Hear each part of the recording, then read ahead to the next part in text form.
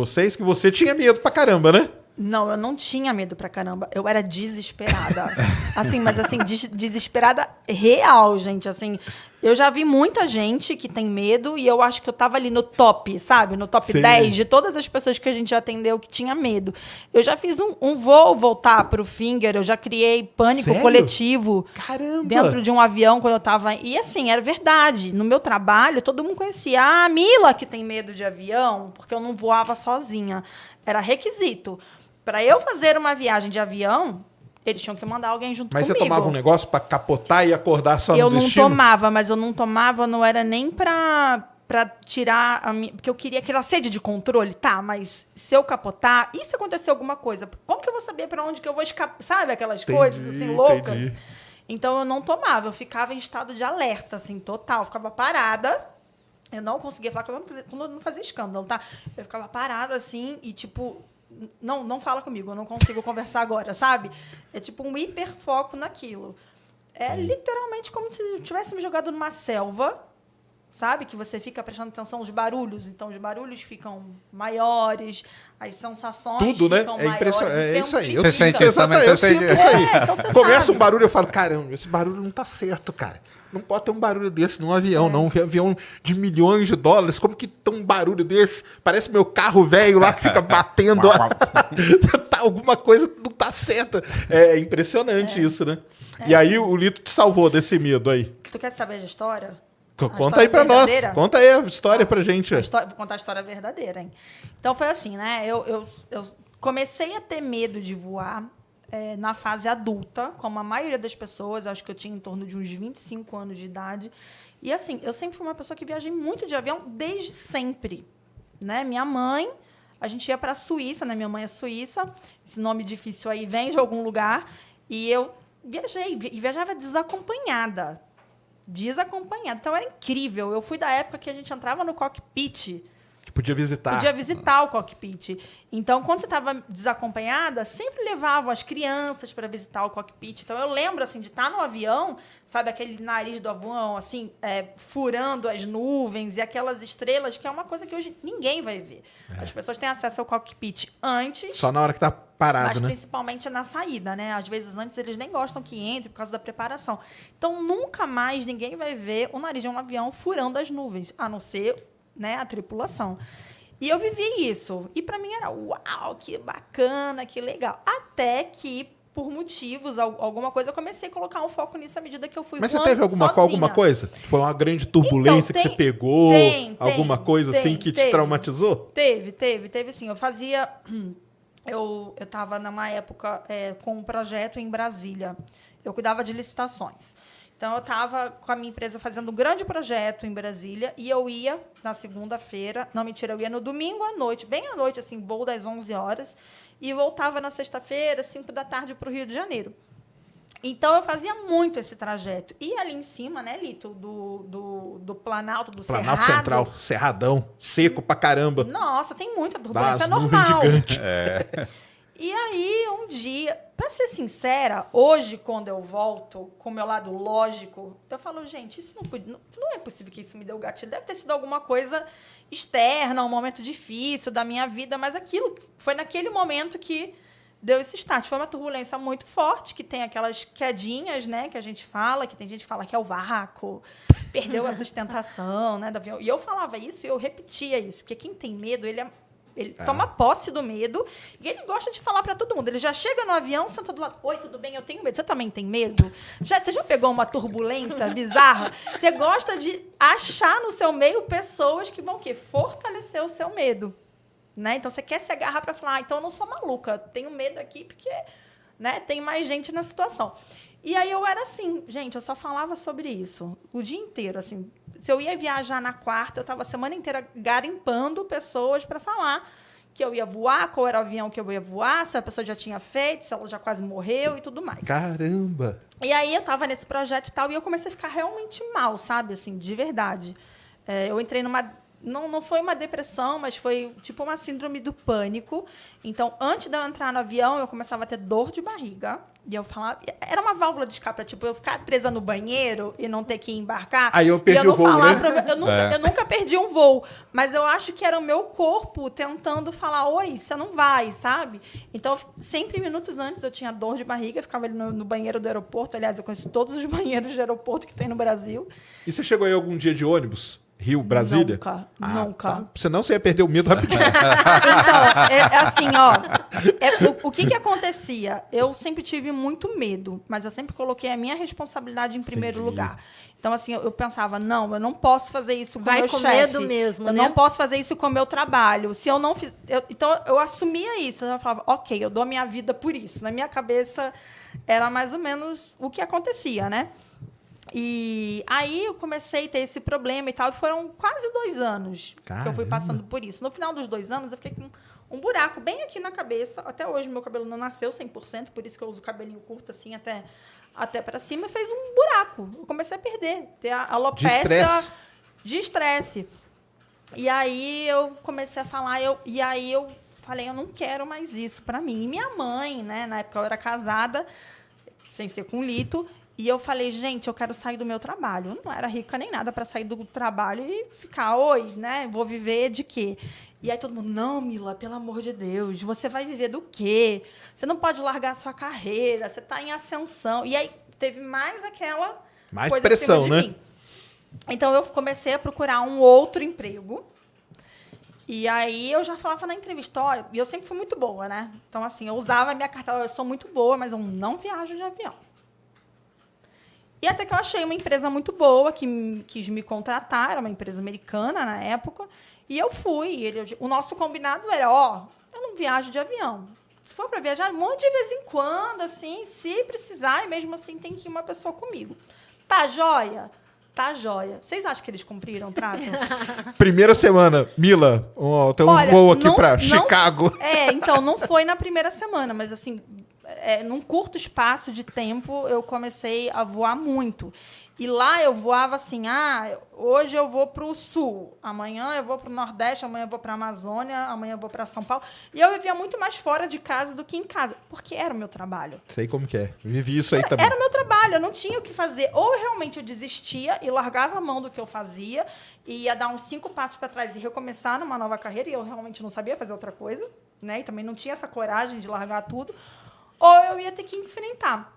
Então, eu comecei a falar, gente, eu tinha uma equipe, né? Eu falava, gente, eu sei que eu pareço ser essa mulher forte, porque eu tenho uma imagem assim, né? Nossa, ela carranca, eu não sei, mas eu tenho uma fragilidade. E, nesse momento, a minha fragilidade grita, que é o medo de voar de avião. Aí, todo mundo, assim, falava, tá, pô, tranquilo. Mas aí, na hora que a pessoa ia voar comigo, ela falava, caraca! Você tem medão, hein? Eu pensava que era um medo normal, assim, né? Não, tem medo, tudo bem, né? Eu falei assim, eu avisei, eu tenho muito medo real. Assim, normalmente eu chamava a comissária no meio, essa curva tá esquisita. Essa curva não tá normal. Eu tô achando que esse piloto, ele tá virando demais a asa, a gente vai, pum, assim, né, virar. Ou então, não, olha só, essa turbulência aqui tá demais. Eu acho melhor o piloto subir de nível. Aquela necessidade do controle, porque eu achava que nunca tinha um piloto bom. Até que uma vez... eu fui fazer um curso de Contract Management em Buenos Aires. E Buenos Aires, gente, é uma rota... Para quem tem medo de voar, Chile e Buenos Aires, você é geólogo, né, sabe? Ali, em cima dos Andes, é muito problemático. Colômbia também. Eu vou ir muito para Colômbia, você tá maluco, cara. Pelo amor de Deus. Sacode muito. Assim, não é que é problemático, demais, né? Porque todo dia vai e volta. O Lito ama. Mas aí eu fui fazer. Eu já tinha ido, sei lá, acho que para Buenos Aires umas 4 vezes antes. Mas... que o medo foi crescendo. Entendi. Né? Foram experiências que foram sendo acumuladas e o medo foi crescendo. Aí eu fui, né, para Buenos Aires, aí eu estava num voo da Gol, saindo do Galeão, indo para Ezeiza. Eu sentei na asa e tinha assim, gente, eu não estou brincando, umas 15 pessoas da minha equipe. Eu nunca tinha viajado com tanta gente da minha equipe. E eu falei, caraca, hoje eu não posso. Hoje eu não posso, mas olha, esse hoje eu não posso foi tão forte no meu negócio que antes de sair do avião eu já dei treta. Eu estava sentada no corredor e do meu lado estava sentado o Felipe. Felipe, inclusive, se você estiver vendo, né, fala aí que é verdade. Eu conto sobre ele no livro. O Felipe não tinha medo nenhum de voar. Eu estava sentada, ele sentado na janela, e eu procurando aqueles sinais, né? Porque a gente procura um padre, a gente procura, não, eu acho que esse voo aqui Criança. Eu olho pra criança. Pô, se tem criança, cara, não, isso aí não vai cair. Não vai. Criancinha, chorando ainda, tão fofinha. E aí, hoje em dia, depois que eu for contar, você vai ver, tem um vídeo no canal do Lito que é feito com isso, que é com base das minhas experiências pessoais, né? E aí eu tava sentada, assim, no corredor tal, eu olho pra janela. No que eu olho pra janela, o avião tava todo remendado. O que é remendado? Eu falei assim, eu não acredito, gente, tá cheio de silver tape nessa asa. Eu falei, gente, para tudo, a gente não tem condição de levantar esse voo. Tipo, eu era engenheira, né, naquele momento. Aí meu amigo virou e falou, ô, louco, tá com silver tape mesmo. Aí ele, gente, aí eu comecei a criar o efeito manada. Vai vendo. Aí as pessoas... E isso já tava ali, né? Saindo, já tinha taxiando. saído. Taxiando. E eu, gente, pelo amor de Deus. Aí eu fiquei desesperada. Chama a comissária. Aí eu comecei a apertar desesperada. E eu levantando ela. Senhora, senta. Você não pode levantar agora. A gente tá taxiando. Não, mas olha, tá com... Aí a comissária, que também não devia saber o que era silver tape, ela nem colocava essa condição, olhou e falou assim... Aí é pra parar o avião. Aí você tem que concordar. Se a comissária faz isso, cara, o que você faz? Vai que era o primeiro voo da comissária. Eu sei, mas ela olhou e falou assim... Ela, obviamente, eu ouvi que ela falou assim, não, isso é normal, mas eu ouvi que ela foi lá pra dentro falar, porque eu tava, né, aqui de olho nela. Ela foi lá pra dentro, voltou e tudo mais, eles voltaram, né, pro Finger, acho que o piloto saiu, na época ele fez o walk around, viu? E ele fez um speech falando, gente, o avião tá em excelente, não sei o que, isso que vocês estão vendo, não é um remendo. Desculpa aí, Gol, atrasou um voo de vocês. Atrasei um voo, gente, por causa de atrasar speed um voo tape. é um prejuízo gigante para a companhia aérea. E assim, eu fui do começo ao fim falando, gente, olha essa turbulência, será que essa asa tá segura para aguentar essa turbulência? Você foi de olho na silver tape. O tempo todo. Foram 3 horas que eu fiquei ali num estado insano. Assim, insano. É aquele negócio, o coração já tá... Aí qualquer mexidinha, você sabe aquela liberação de adrenalina, aquele negócio. Então eu sei o que as pessoas sentem. E é horrível, de verdade. Porque sai do campo emocional para o campo físico. Você começa a somatizar as coisas. Então, você sente palpitação, você começa a suar, você tem a sensação de morte. Não está acontecendo nada com o avião, mas você está sentindo que você vai morrer. E aí, quem disse que eu queria voltar depois, na volta? Eu falei, não quero voltar de jeito nenhum. Aí eu fui, pensei, falei, não, eu vou voltar de ônibus. Que acabei voltando, mas, de novo, aquele auê. Até que todo mundo que não tinha voado comigo falou assim, cara, é tenso voar com ela, hein? E aí foi criando essa cultura de que era tenso voar comigo. E aí, na época, a diretora, né, que me liderava, ela falou assim, Mila, a gente precisa tratar isso, porque isso, assim, já não está normal, entendeu? Uma coisa é uma pessoa que tem medo, outra coisa é uma pessoa que tem pavor e faz escândalo e faz o voo voltar para o fim. Você acha que as pessoas não comentavam? Todo mundo. Eu era motivo de chacota. Obviamente, eu ria, fazia piada comigo, mas, cara, eu sofria pra caramba, né? Claro. E aí eu falei, não, tá bom, eu vou me tratar. Aí fui pro psicólogo. Aí fiz, nada. Aí eu fui pro psiquiatra. Aí ele passou lá um monte de remédio que eu não tomava. Nada. Aí eu tinha, na época, uma companhia, um grupo, assim, que fazia um curso para medo de voar, que você batia um papo. Ah, já existia isso aí? Existia, eu lembro direitinho. Na época eu paguei R$5.000. E isso a gente está falando de muitos anos atrás. Era um dia que você passava, acho que era Elvira o nome dela. Era uma psicóloga, ela te falava algumas coisas. Mas não foi assim. Eu senti uma melhorinha. Mas era que era um grupo de ajuda? Tipo um AA, assim, de medo de voar? Um AA. Eles juntam pessoas que têm... Mas não era nem isso. Assim, eles focavam muito na conversa que você tinha com o piloto. Que era um piloto incrível, mas aí faltava aquilo nele que eu te falei. Dele acessar, sabe? Acho que aquele lado humano. Porque para ele era meio banal falar daquilo. Então, entendi. Eu falava, cara, esse cara não me entende, sabe? Ele tá só repetindo coisas que eu consigo ter acesso a essas informações. Então, ele não me acessou e não fez. Foi um dinheiro, na época não foi... a empresa pagou, né? Que ela queria que eu continuasse voando. E aí foi isso. E aí passou um tempo, também nada funcionou. E minha mãe, que é muito religiosa, muito, né? Falou assim, não, eu vou botar seu nome no centro espírita, né? Eu vou botar e vai melhorar.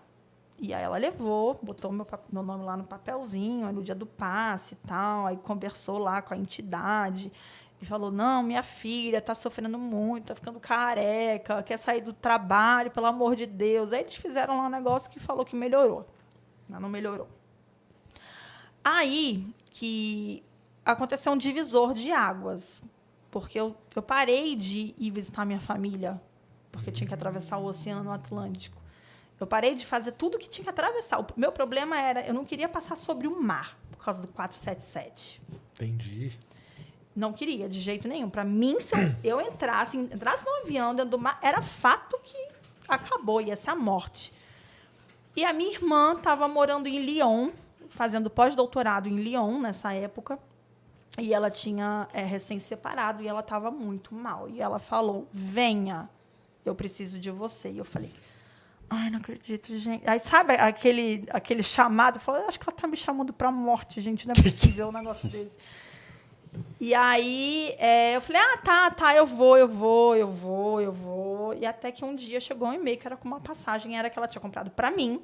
E falou, venha. E eu falei, você tá louca? Eu nem tirei férias, eu não tenho que... Eu ia ficar, acho que foi quase uns 30 dias, né? Na França. Foi bastante tempo. E nessa época, eu estava muito mal, assim, no meu casamento, sabe? Então, assim, tinham muitas coisas acontecendo na minha vida pessoal. Eu conversei com a minha chefe, falei, ela falou, não, eu acho que é ótimo você ir. Para você botar a sua cabeça em ordem, decidir o que você quer fazer da sua vida, você passar por esse teste que você precisa passar. E aí eu falei, beleza, eu vou. E aí eu ia viajar no dia 21 de julho. Essa passagem chegou para mim no dia 10 de julho, que é o meu aniversário, e dali para frente foi um countdown. Tipo, faltam 11 dias para eu morrer, faltam 10 dias para eu morrer, sabe aquele negócio? E aí eu comecei a ficar desesperada. Eu bati no pronto-socorro umas 3 vezes com pressão 17/10. Eu nem tenho problema de pressão alta. Caramba! Aí eu falei, cara, o que eu vou fazer? Aí eu tenho até hoje muito medo de buscar informação na internet, porque na internet é muito boa, mas ela tem muita coisa que só piora. Se você botar lá dor de cabeça... você vai morrer amanhã. Você morre amanhã, né? E eu sou muito sugestionável, Então eu falei, eu tinha medo de procurar, né? Aí eu joguei no Google uns vídeos, assim, aí tinha muito vídeo de Portugal... Mas há muitos anos atrás não tinha ninguém fazendo isso. Não tinha ninguém fazendo esse trabalho, né? E aí eu falei, ai, meu Deus, seja o que Deus quiser. E foi o clique da minha vida, né? Porque eu joguei assim, turbulência derruba avião. Famosa frase, né? Né? E aí a primeira matéria era um anúncio de uma coisa nada a ver, de uma companhia aérea. O segundo também era tipo decolar.com. Mas a terceira, assim, do Google, era uma matéria. E a chamada da matéria é turbulência não derruba avião. Eu falei, é isso que eu quero ouvir, porque é esse tipo de consolo que eu preciso nesse momento. E aí eu cliquei e me direcionou para um blog chamado Aviões e Músicas. Olha aí.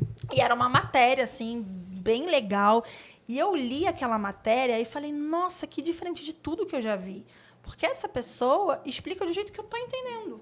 E mais do que isso, essa pessoa parece ser bacana, parece ser legal. Tipo, ela, sabe... Me deu.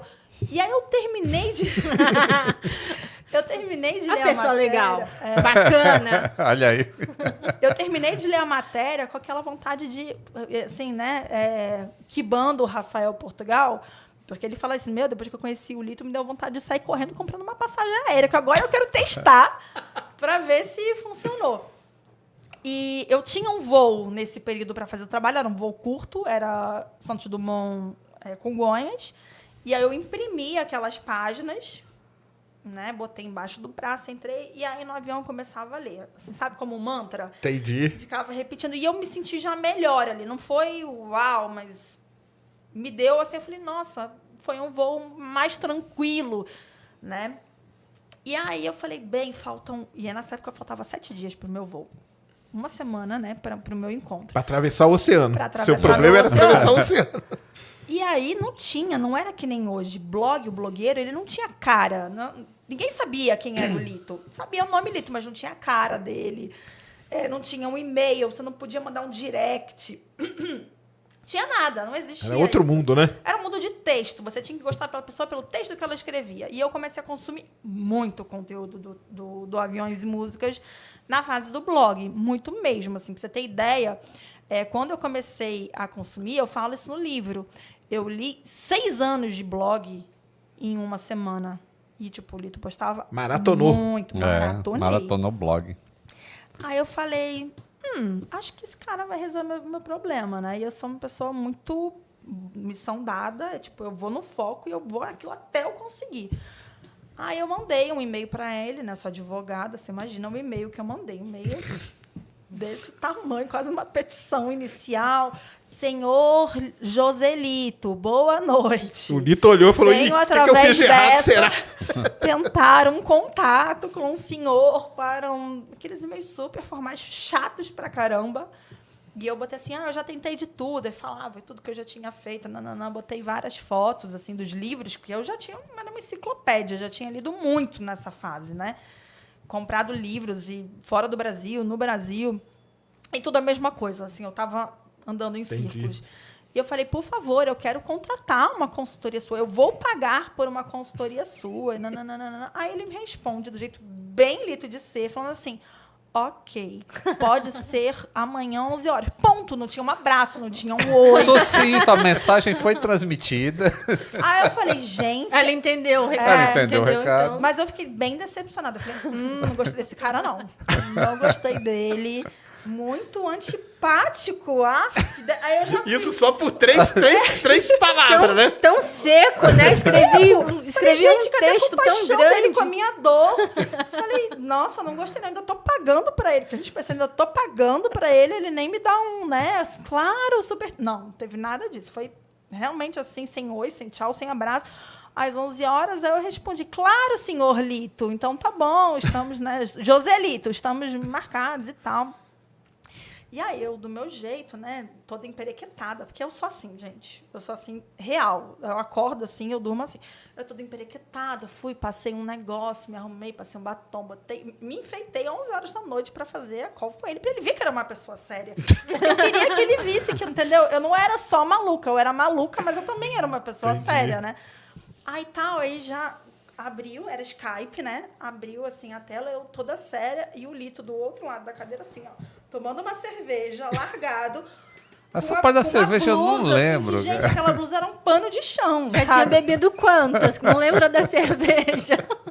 Não, acho que ele tinha acabado de chegar e tal. Aí, quando ele abriu a câmera e eu vi aquilo, eu falei, nossa, que cara, gente boa. Sabe, assim, toda aquela imagem que eu tinha construído dele, em um segundo vendo ele, eu desconstruí aquilo. E aí ele tinha falado, né? Não, a gente vai falar rapidinho aqui, nananã. E aí que ele me ajudou muito ali. Faltavam 7 dias, menos do que 7 dias, porque já era noite, né? E eu ia fazer um voo com a TAP. E a TAP faz voos de dia, durante o dia. E aí ele me ajudou, me explicou, não sei o quê, nananã. Aí começou, né? Ele diz que não, mas é a verdade. Aí ele começou assim, nossa, o seu telefone tem um número de avião. Aí eu falei, mesmo? Ele tinha mesmo. Tinha um 737 no número dela, no telefone. Eu falei, um avião bom ou um avião ruim? Ele, um avião bom. Eu, tá. Ele, nossa, eu gosto muito do seu sotaque. Eu, tá. E aí, só que assim, o que acontece? Vou ser bem sincera, eu também não minto. Na hora que eu vi o Lito, fez assim, tipo, quando sai aqueles coraçõezinhos assim? Porque ele era tudo que eu nunca tinha imaginado na minha vida. Eu, aquela mulher forte, não sei o que, não, ele, aquele homem largado, que veio como num cavalo branco e, tipo, sabe, tirou aquele medo. Então, ele virou meu herói. Então, assim, ele jogou e eu fui só, né, dando isca ali pra ele também. Resumindo, né, no dia seguinte, assim, ele me ligou, mandou mensagem, não tinha também o WhatsApp, assim, né, a gente mandava pelo Skype a mensagem, então dependia da outra pessoa estar no Skype para ver a mensagem, era uma coisa meio louca, nem lembro como é que funcionava. Comunicação era complicada, né, cara? Hoje a gente não lembra mais como era, né? Eu não lembro muito bem como que a gente fazia esse esquema, mas aí ele mandava a mensagem, como é que você tá, não. Aí, no dia que eu fui voar, nisso eu fui ficando mais tranquila. Ele conseguiu me acalmar muito, assim. Ele conversou muito comigo, trabalhou muito a minha cabeça e tudo mais. E aí, no dia do meu voo, ele ligou para mim. Eu estava, assim, já indo para o aeroporto. Ele falou assim, oi, queria te falar que eu liguei para um amigo meu que é meteorologista e eu já vi como que vai ser o seu voo em rota. Então, assim, você vai sair, daqui a 2 horas vai ter uma turbulência, essa turbulência vai durar 15 minutos, vai passar a turbulência, não sei o quê. E ele foi, assim, narrando tudo para mim. Então, eu entendi, e, assim, eu vivenciei isso na prática, quando a coisa é mais previsível, você meio que está preparado para o que vai acontecer. Claro, né? com certeza. É óbvio que nem tudo é previsível. Tem coisas que não estão. Mas não, mas pode continuar. Depois eu falo qual que é a minha bronca. Não, mas é isso. E tem como você prever um pouco. Isso a gente fala só para quem é nosso aluno. Mas tem como você acompanhar e ter uma ideia, Claro, né, do que vai acontecer no voo. E eu prefiro que as pessoas saibam. Tipo, vai ter turbulência? Vai ter turbulência. Se prepara, porque vai ter. 100% dos voos tem, mas esse aqui vai ter um pouquinho mais. Então, que tal você saber e já ir se condicionando que ela vai durar 15 minutos, que vai passar, e bibibi, bobobó, e bububu. E aí foi isso, eu fiz um voo e na hora que eu pisei em Portugal, assim, eram 4 da manhã e tal, tinha já a mensagem do Lito. E ele com vários prints que ele tinha acompanhado o meu voo no Flight Radar. Eu nem sabia que isso existia. E ele ficou o tempo todo acordado, tipo assim, oi, assim, nossa, você está sobre o Oceano Atlântico. Nossa, agora você está perto da Ilha do Sal. Nossa, não sei o quê. E aí, na hora que eu cheguei, que eu abri meu celular, consegui ter uma conexão, porque também não era igual. não era a mesma coisa. Eu não lembro também como é que foi, mas eu lembro que na hora que eu cheguei, que eu vi, caraca, esse homem ficou acompanhando o meu voo. É agora que eu vou me separar mesmo, né? Vamos resolver isso, porque eu tô assim, de 4 por ele. E aí, quando eu tava lá, eu cheguei, assim, foi um voo ótimo, super bom. Foi tudo que aconteceu. Passou pelas turbulências, passou tranquilo. E tudo mais. E aí eu falei para ele, assim, você pegou, sabe, a minha vulnerabilidade e conseguiu resolver isso. Né? Então, nossa, assim, muita gratidão e tudo mais, nananã. E aí começou, né? Mas, assim, quando a gente começou a partir para o lado... era uma amizade colorida, porque, para ser bem sincera, a gente só foi se ver pessoalmente muitos meses depois. Mas, assim, muitos meses é muitos meses. Ele já estava separado, eu já estava separada há um bom tempo. A gente não tinha se visto pessoalmente. A gente conversava e tudo mais, mas a gente não tinha se visto. Sabe aquela coisa de chat wall de antigamente?